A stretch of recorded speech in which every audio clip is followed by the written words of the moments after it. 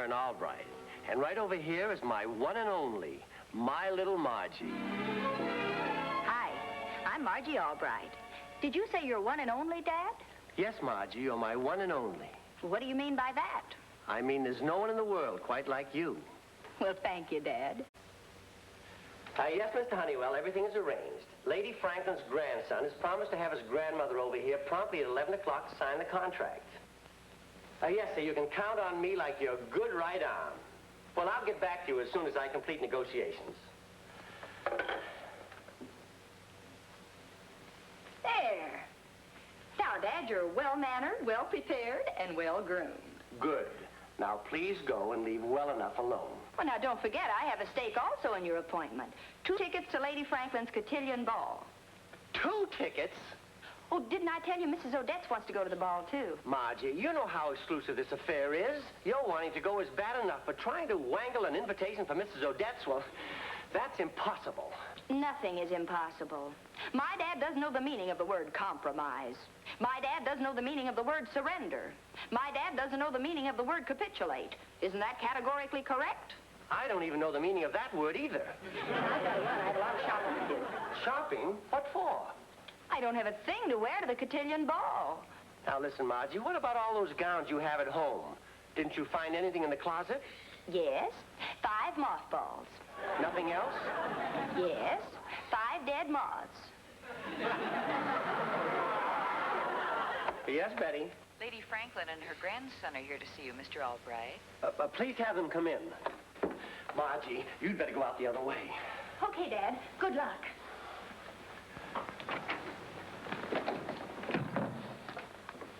Hello, Mr. Albright. Nice to see you again, Mr. Franklin. Mr. Albright, I don't believe you've met my grandmother. Grandmother, this is Mr. Albright. Good morning, young man. This is indeed a pleasure, Lady Franklin. Won't you please sit down? Young man, I require no assistance.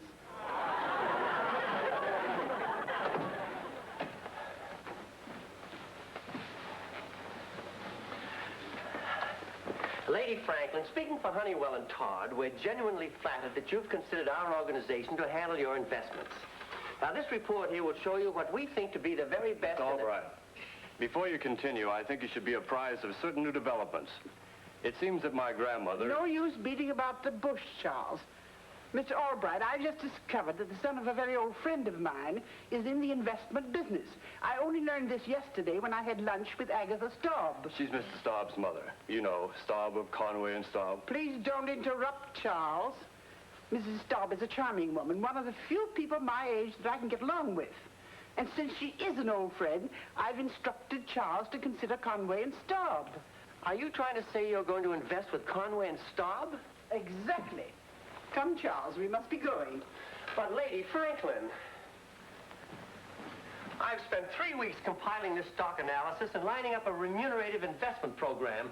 Won't you please reconsider? I'm sorry, Mr. Albright. I've made my decision. Isn't there anything I can say to make you change your mind? You must understand, Mr. Albright, there's nothing personal in this. It's only that Mr. Staub's mother happens to be a very good friend of mine. Come, Charles.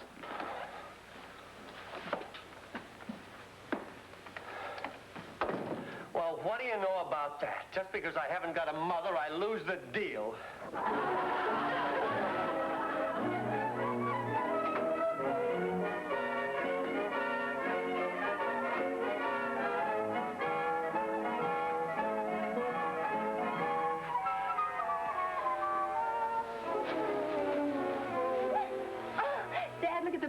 Dress I bought to wear to the cotillion ball. It's a French import. Doesn't it fit me perfectly? Margie... You'll be so proud of me, I can hardly wait to go. Aren't you excited? Margie... All my life I've looked forward to going to the cotillion ball. The music, the dancing, the people. And I owe it all to you, Dad. You and your business connections. You have a funny expression on your face. Is something wrong? Honey, there are certain times in certain girls' lives when certain fathers have to tell certain daughters certain things. Dad, what are you driving at? I'm not certain. Don't tell me we're not going to the cotillion ball. All right, I won't tell you, but we're not going. But I thought it was in the bag. What happened? I didn't even get a chance to ask Lady Franklin for invitations. She's going to sign with Conway and Staub. Dad, we've been in worse spots than this before. Let me help. Margie, you're no help to me in business. And besides, Mr. Staub has something to offer Lady Franklin that I don't. Whatever it is, I can arrange it. Well, my little arranger, it might interest you to know that Mr. Staub has a mother to offer Lady Franklin, and I don't. I can arrange...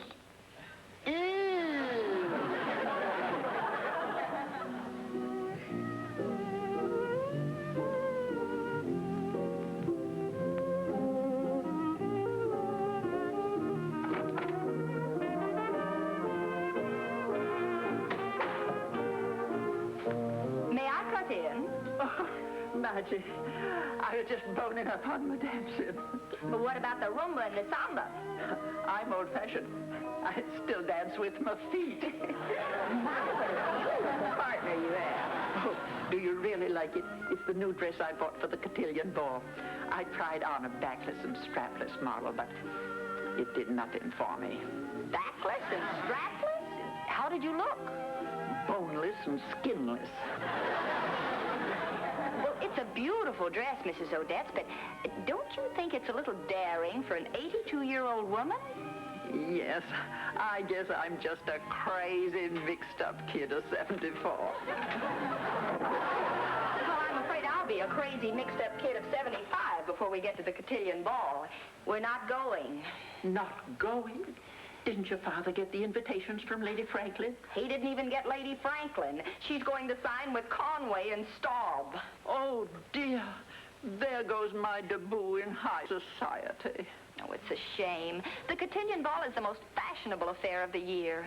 Well, guess I better return my dress to the store. Of course, we could still go to the ball if we could get Lady Franklin to give up Conway and Staub in favor of Dad. Yeah, but that's not likely since Lady Franklin's going to sign with Conway and Staub because of Mr. Staub's mother.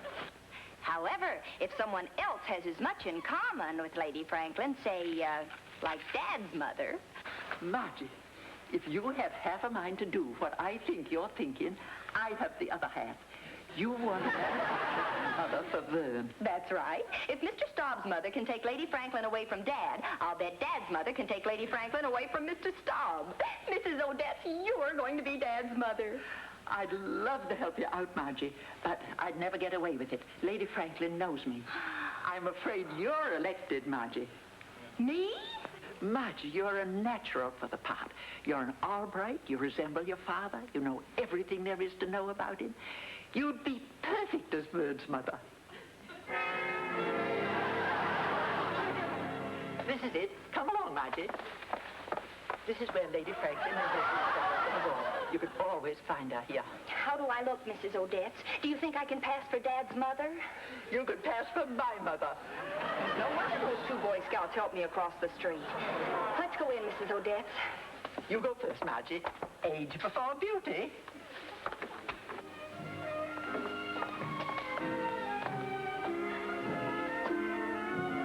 Strange. Lady Franklin doesn't seem to be around. Let's go home. Margie, are you turning chicken? What? Now, Margie, you want to go to the ball, don't you? Lady Franklin must have just stepped out, and we're going to wait for her.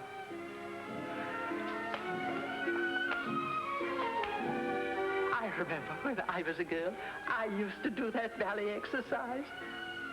That looks easy.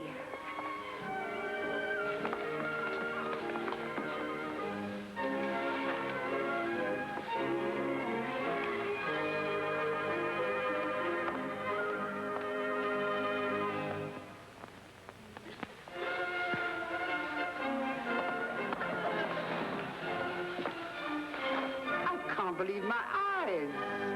What, Lady Franklin? Lady Franklin. Look what she's doing now.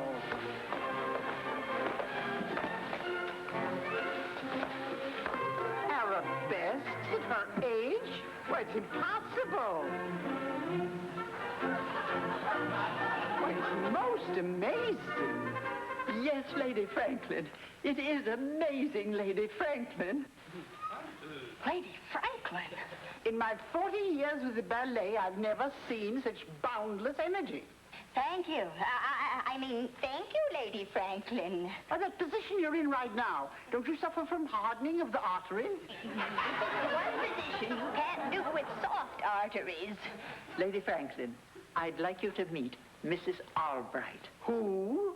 I'm Vern Albright's mother. I hope you won't mind me barging in like this, but I've wanted to meet you for so very long. Well, I'm so glad you dropped in, Mrs. Albright. It's nice meeting someone so full of life. You know, I find that most people our age are so, how shall I put it, so, Old? Well, you're an amazingly active woman for a woman your age. How old are you? 73. No one would dream that underneath her inferior exterior is such a superior interior. I may look like an old crow, but I feel like a slick chick. How delightfully put, Mrs. Albright. We should spend the rest of the afternoon together. How about some bridge? We were planning to play a few sets of tennis. And at 3, we were going to go water skiing. Water skiing? Oh, Mrs. Albright, are you all right? Oh, I'm fine. It's been a pleasure meeting you, Lady Franklin. I do hope you'll call me sometime. I'm staying with my son. I most assuredly will. But before you go, there's one more ballet exercise I wish you'd do for me so I can tell all of my friends. Oh, no, I really couldn't. Like that. An entrechant? Well, I just don't feel up to it today. That looks easy. I'll do the entrechant. No, Mrs. Odette, you mustn't. Don't worry. This will be a real killer. That's what I'm afraid of. Wee, wee, wee.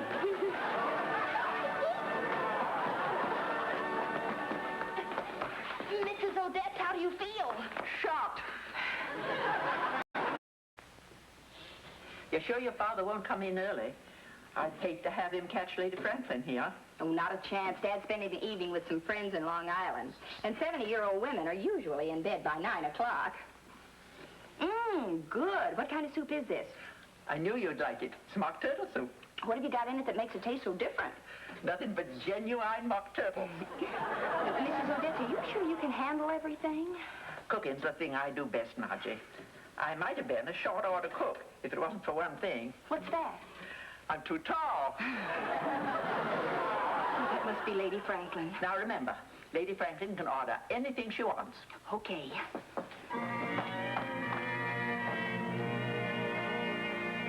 You may sit right here, Lady Franklin. Thank you.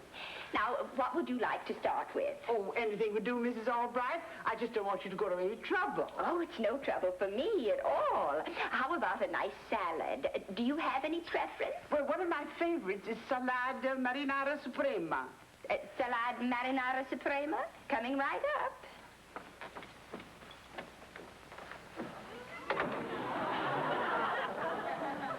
Here you go, Margie. I hope she likes it. Lady Franklin. Well, Mr. Albright, what a pleasant surprise. I thought you were in Long Island. I was, but I left early. What are you doing here? You won't believe this, but I'm having dinner with your mother. My mother? You're damn right I won't believe it. You look like you've seen a zombie. How right you are. Dad's in there with Lady Franklin. Goodbye. Now, you come back here, you coward. We're in this together. You stay here and watch the cooking. Well, what you going to do? I'm going inside and see what's cooking.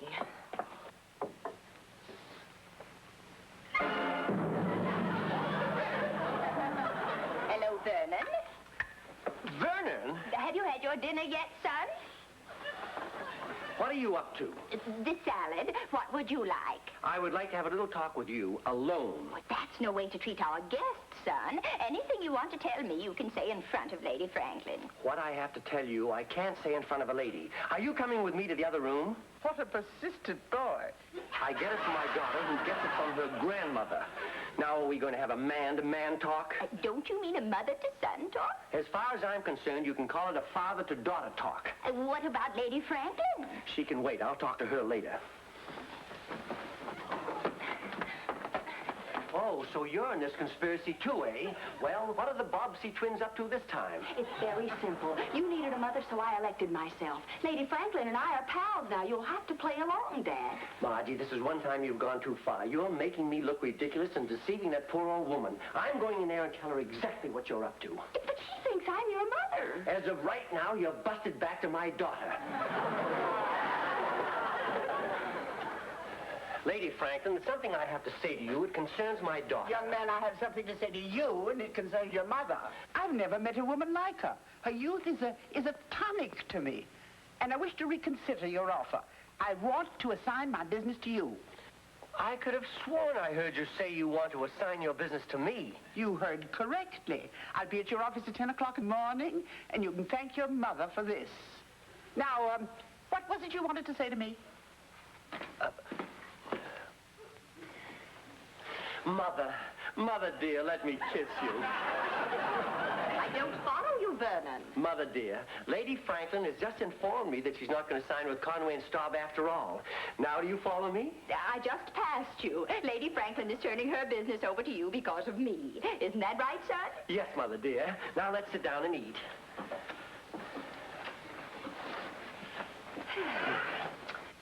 Just a moment, son. If I told you once, I've told you 1,000 times not to come to the table with dirty hands. Now march right in and wash up, or you don't get any dinner. Mother. Vernon, I said march.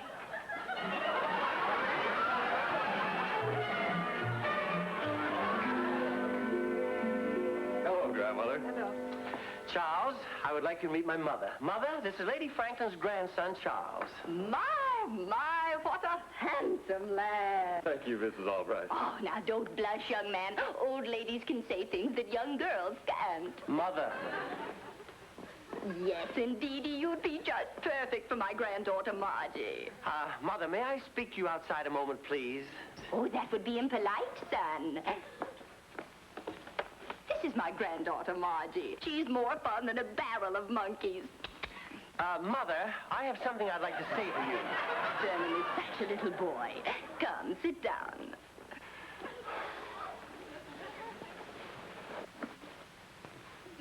Vernon, you look tired. Why don't you go to bed so we old folks can talk? Mother, there are a few things I'd like to say to you. Vernon, if I've told you once, I've told you 1,000 times. Children should be seen and not heard. Now run along, brush your teeth, put on your pajamas, say your prayers, and go to bed. Well, that's... You're taking advantage and you're acting spoiled, brash, and selfish, conniving, brazen, and willful. Son, you wouldn't dare say that again. You're taking advantage and you're acting spoiled, brash, and selfish, conniving, brazen, and willful. What a memory. Vernon, you may be able to talk that way about your daughter, but remember, I'm your mother.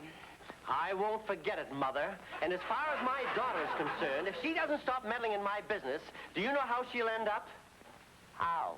End up.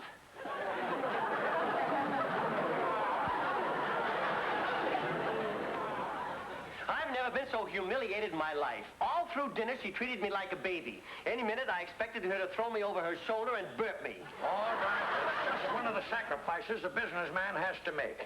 Anyhow, you got the account. Now, Lady Franklin ought to be here any minute. I refuse to go through with it. I am not taking orders from my daughter anymore. Well, if you don't, you won't be around here long enough to be eligible for our pension plan. I'm sorry, Mr. Honeywell, but when Lady Franklin comes here, I'm going to tell her the whole thing was a trick to get her business. You do that, and you'll be eligible for our Blue Cross plan. My mind is made up. Yes? Lady Franklin and Mr. Franklin are here to see you, Mr. Albright. Tell them to come in. Now, all right, don't make any hasty decisions. Remember, vice presidents are expendable. Lady Franklin, Charles, this is Mr. Honeywell, the president of our firm. How do you do? Mr. Albright, I'm going to be quite candid with you. The only reason that I'm here is because of that sweet, charming mother of yours. Yes, isn't she a sweet, charming woman? Well, as long as you brought it up, Lady Franklin, I feel it my duty to tell you that that sweet, charming mother is my daughter. What? I am not her son, I am her father. Well, if you're that sweet, charming woman's father, you must be dead. I know it must come as a shock to you, Lady Franklin, but Mrs. Albright is Margie. Isn't it strange? Mr. Albright's mother and his daughter have the same name. Don't try and confuse me, Mr. Honeywell. My daughter Margie, that you saw in the picture last night, was masquerading as my mother. You mean that little wisp of a girl was acting as your mother?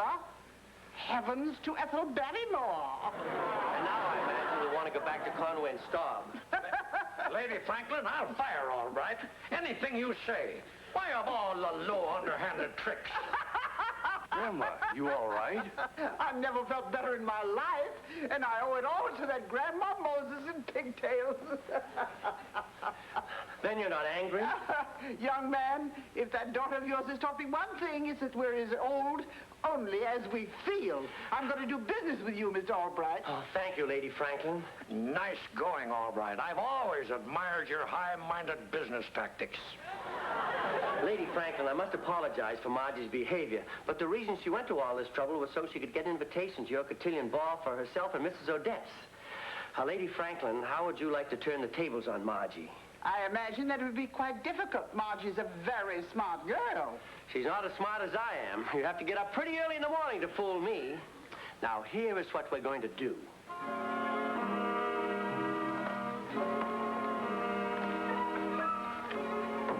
Stay here till I see where she is.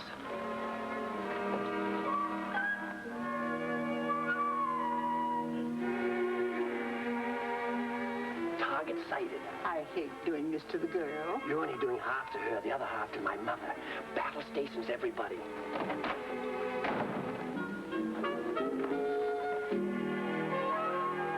Margie, we have company.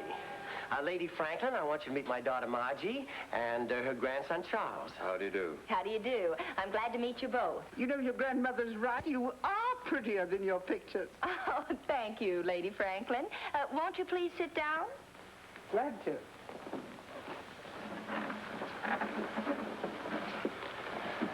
Margie, last night your grandmother intimated that I should take you out. I wonder if you'd like to go with me to the cotillion ball. Oh, I'd love to go with you, Mr. Franklin. Then it's a date. Good. And now, Margie, will you please go and find your grandmother? Grandmother? But I don't know where she is. Well, please look for her. Lady Franklin wants to invite her to the cotillion ball. The cotillion ball? Well, don't you think Grandma's too old? No, you know she's very spry and athletic. Well, she's resting now. She always rests this time of day. Oh, that's too bad. Will she be out soon? Oh, no. She's a very sound rester. Now, Margie, if I've told you once, I've told you 1,000 times, I want my daughter to obey me. Now, get your grandmother out here. Yes, Dad.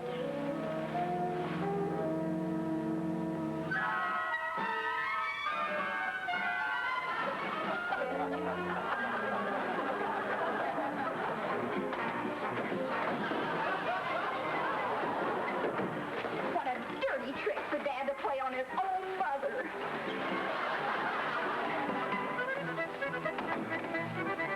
Did you see the way her face dropped when you invited her grandmother to the ball? This is a good plan, Mr. Albright. I don't know how she'll ever get out of it.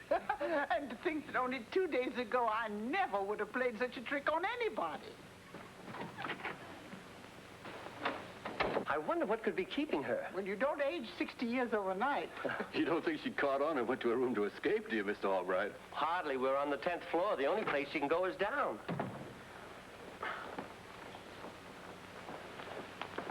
Mrs. Odette's, what are you doing here? I passed your mother in the hall, Mr. Albright, and she asked me to deliver this message to you.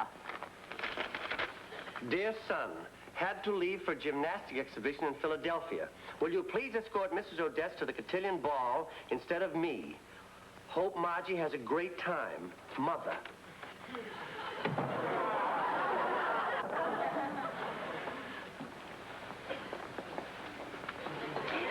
Oh, Charles, I'm so happy you asked me to the cotillion ball. What time are you going to pick me up? Around 8 o'clock. And I'm flattered that I'm going to be your partner at the cotillion ball. And what time are you going to pick me up? So somebody has to get up awfully early in the morning to fool you? I guess I must have overslept.